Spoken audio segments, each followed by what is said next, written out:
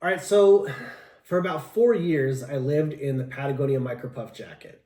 And overall, I had a blue one, a green one, and a red one. And in the end, I loved it. I loved how it provided me with a lot of warmth.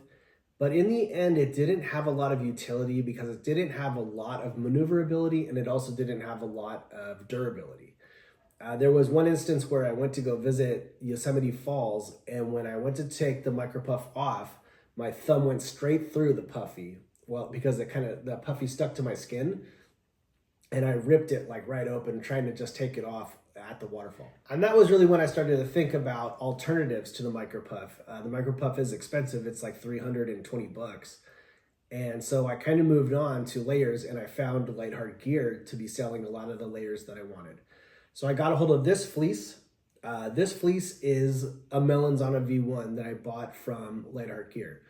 Now, if you don't know what Melanzana V1s are, there's a store in Leadville, Colorado, where you have to call them and make an appointment, like at Supercuts, and ask to come by and hang out with them, and then you pick out your fleece.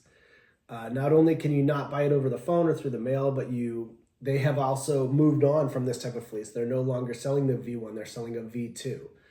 The Melanzana V2 is available from Palante Packs, and this one, the Melanzana V1, is available from LiteHeart Gear. This is a really popular fleece that a lot of people used for a minute, for like several years. This was one of the most popular fleeces out there. Now, a fleece basically is a sweater. It provides the same kind of warmth as a sweater. The wind can blow right through it and cool you off easily, so you have to wear a wind shirt on top of this in order to turn it into a puffy. Once you wear a wind shirt on top of the fleece becomes the insulation of the puffy, and the wind shirt becomes the shell of the puffy. And by adding a little bit of extra weight, by having two separate layers, you add a lot of versatility and utility, because you can hang out at a campfire with sparks, you can hang out with friends and cook, you can play with a dog, you can play with kids, you can bushwhack and scramble. And, there's just a lot more you can do because you have a full range of motion in the shoulders. Whereas with that micro puff in Patagonia, it's a shell that doesn't stretch. So you don't have a lot of movement in your shoulders. It's not great for scrambling. It's not durable. It can get holes in it from sparks. You wouldn't want to play with a dog or with kids with that jacket on. It's too expensive, et cetera, et cetera. All right. So the concept is that you would wear a fleece like this one with a wind shirt on top. All right, now the wind shirt that I'm using is the Patagonia Houdini. I'm really happy with it. The Houdini on top of the Melanzana V1 from LiteHeart Gear has been keeping me really, really warm. I've been living in this system with these layers on for the entire year of 2024. It was a really wet, cold, rainy winter here in NorCal, and I wore these layers on my motorcycle, and they worked really well. The Houdini does an awesome job of blocking out the wind and trapping the warmth in. So as I wear this sweater, the Melanzana V1 from LiteHeart Gear, the sweater is gathering up body heat. And then what the Houdini does is it traps the body heat in and locks the wind out. So that once I put this on, this is basically the exact same puffy as the micro puff, but it's in two separate layers. Now, the Melanzana V1 is the exact same weight as the micro puff, so the weight of the Houdini is added weight to my pack. So the idea is that you add comfort as you add weight, but you want to add the minimum amount of weight as possible and add as much comfort as possible, right? Now, I've heard some pro YouTube hikers say that they would rather wear a waterproof shell instead of a wind shirt. And I would disagree with that. I would say, no, actually, the wind shirt really locks in the heat from the sweater, from the fleece, okay? And then when you wear the raincoat can get cold because the wind in the rain that's landing on the raincoat is really cold, and it's cooling off the raincoat. All right, so at this point, I've got on the wind shirt, the fleece, and the raincoat. And that is what I would do, because the raincoat material, the material is dense. It's thicker than on the wind shirt. It's a tougher material, and it's gonna get really cold. So the idea is that, if you put your hand on this jacket in the rain, you're gonna feel how cold it is. So you want the wind shirt to be locking in your body heat and have like an additional layer of waterproofness on top.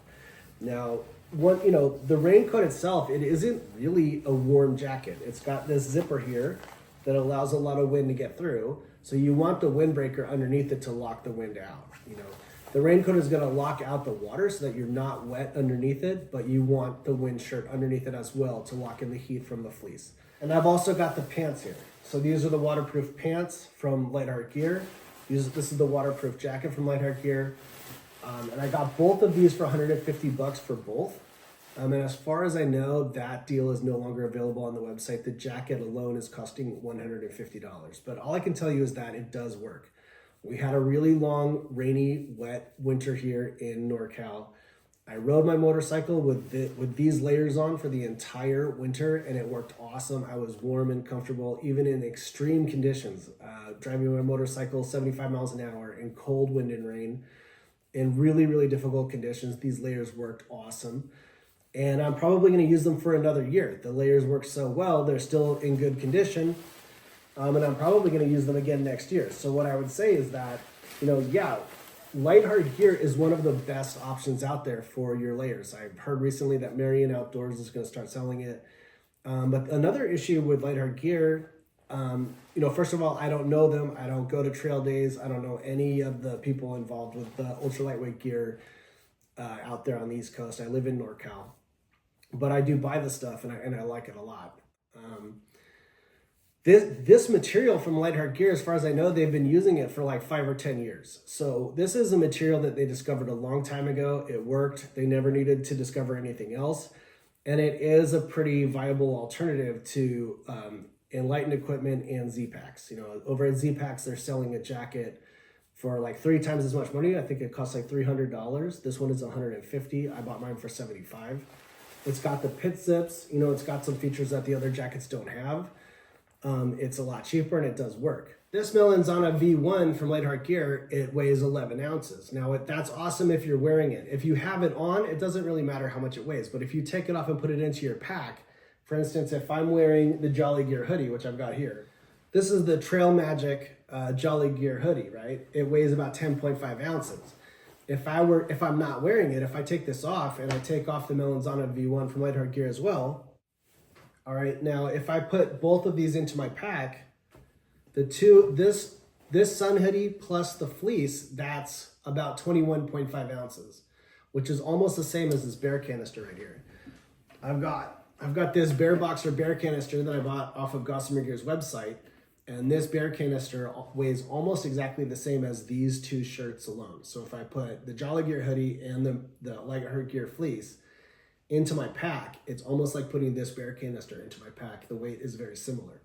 So with all of your kit, you want to save as much weight as possible. Now, there is another fleece that weighs half as much as the LiteHeart Gear fleece. So here's the LiteHeart Gear Melly V1, and here's the Senshi.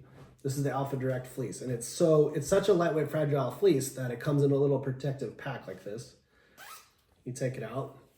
All right away you can see that there's almost nothing here. It's basically like cotton balls that have been woven together into like a fishnet.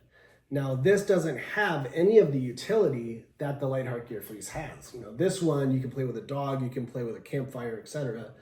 This one over here, the Senshi, it does basically almost nothing, okay? You can feel the warmth as soon as you put it on. It's super clingy, so if you're wearing a sun hoodie, you want thumb loops, okay? You put your thumbs through the thumb loops before you put it on. All right, so, without the thumb loops, these sleeves will get completely tangled up. And then the zipper just makes it a little bit easier to put on. All right. Now this alone, it does feel warm, but it doesn't lock out the wind at all, and it's not durable at all. Okay. So I'm definitely going to want to put on a wind shirt right on top of it. Okay. So now at this point, I've got the Houdini on. The Houdini is locking out the wind and capturing the warmth from the Senshi. So I've got the Senshi 90 on, and it's keeping me warm, and the Houdini is keeping the wind out. Okay, the Echo hoodie from Outdoor Research weighs 8 ounces, which is 2 ounces heavier than the fleece or the Houdini. So the Echo is 8 ounces, the Senshi is 6 ounces, and the Houdini is 6 ounces. Now for the Houdini used to cost $200, but now it only costs $100, which puts it in direct competition with the Enlightened Equipment wind shirt.